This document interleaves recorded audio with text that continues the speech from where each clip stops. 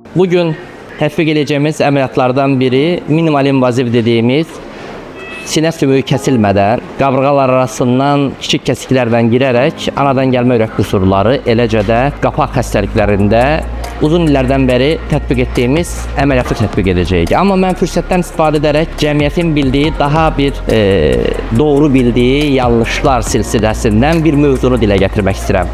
Aorta koronar şultlanma əməliyyatlarında kiçik kəsiklər, yəni minitorakotomi ilə olan ana sümük kəsilmədən olan kəsiklər insanlar tərəfindən qapalı ürək əməliyyatı kimi bilinir. Amma halbuki bu tamamən tibbi tərəfdən səhv bir yanaşmadır.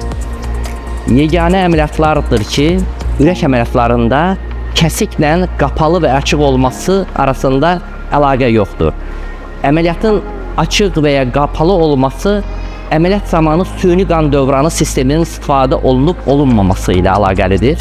Yəni, süni qan dövranı aparatı istifadə olunmursa, bu qapalı əməliyyat sayılır. Ona görə də insanların bəzən kiçik kəsik qapalı ürək əməliyyatı olaraq bilinməsi bəzən cəmiyyətdə səhv fikirlərə səbəb olur. Ona görə bugün fürsətdən istifadə edərək hər kəsə bir daha bu mövzunun, bu incə həssas mövzunun, bəzən həkimlərin belə səhv saldığı bu mövzunu dilə gətirməklə hər birinizə bir daha sağlam, təhlükəsiz və xoşbəxt ömür arzulayıram. Sağ olun.